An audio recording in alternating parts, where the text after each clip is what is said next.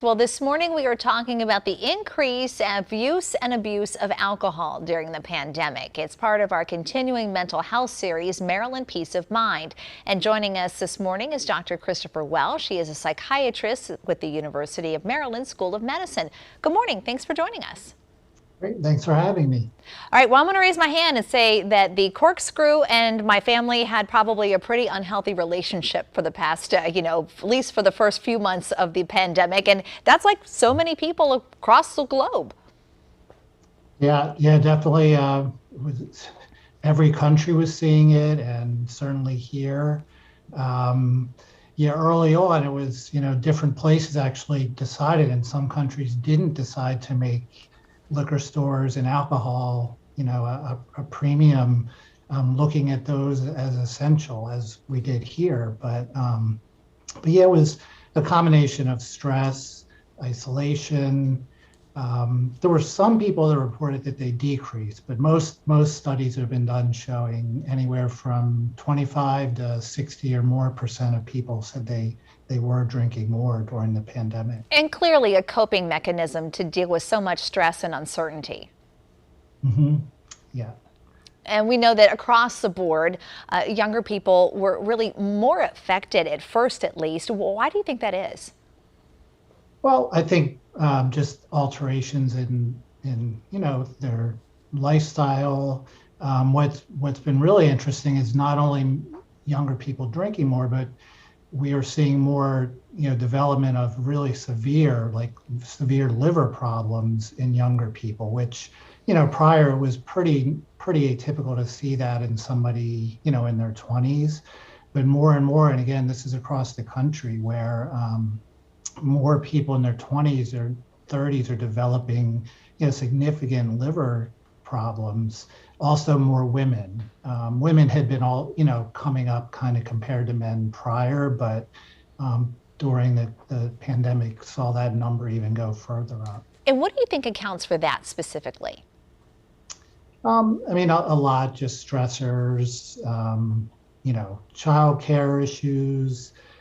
Again, a lot of it's just the alteration, and you don't have your usual social outlets. So, I think it's a lot of different things. Okay, and for so many people, they may be abusing alcohol a bit. It may not have reached the level of alcoholism. So what are some signs that you want people to watch out for when maybe they're having one drink too many too often? Yeah. So we generally recommend that for women, no more than 3 per occasion or 7 in a week. And then for men, no more than 4 per occasion or 14 per week. If you drink more than that, doesn't mean you have alcoholism, but it means that you're at a higher risk of developing problems with drinking, but also problems with your health problems might get worse, or depression might be worse. So if somebody who's drinking more than that, again, doesn't mean that they necessarily have a problem, but it means that it might be worth talking to someone. And the talking to someone during the pandemic really took the form of virtual meetings. We know that Alcoholics Anonymous held virtual meetings all over the country, and it was something that a lot of people could tap into. Are you seeing some of those meetings come back for people in person, and what are some of the benefits of doing in-person help sessions? Yeah, well, definitely there are some people that really benefit from the in-person. But on the other hand, I have patients who really, they don't like that big group, and the ability to do it on Zoom really actually helped them. So it's important that different people, and people like being able to, you could tune into a AA meeting in Ireland or in Mexico or so.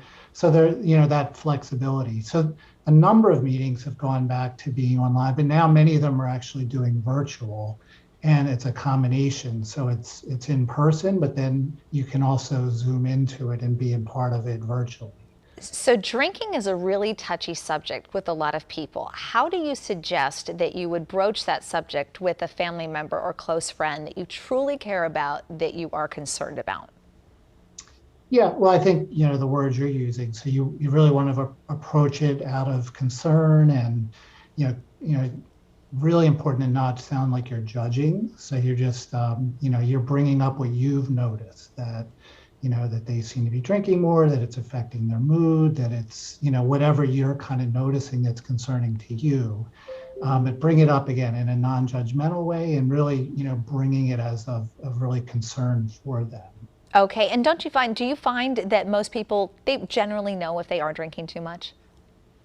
Not necessarily. No. Okay. Not a lot of self-awareness. Yeah, I mean, certainly, and the more of a problem it becomes, a lot of times the less you're going to recognize it. And and it's just hard again with COVID, because it may not be, you're not drunk, but it might be enough that, it's just affecting your mood, affecting, I worry that people, they were drinking while they were doing work meetings. And again, they're not, noticeably intoxicated, but it disinhibits you, and it may affect the way you think about things and make decisions. All right, doctor, thank you so much for joining us this morning for our Maryland Peace of Mind. Great, thanks for having me. You are welcome. And if you or someone you know is struggling with alcohol or needs a referral, you can dial 211 and press option number 1 to be connected to a live crisis counselor.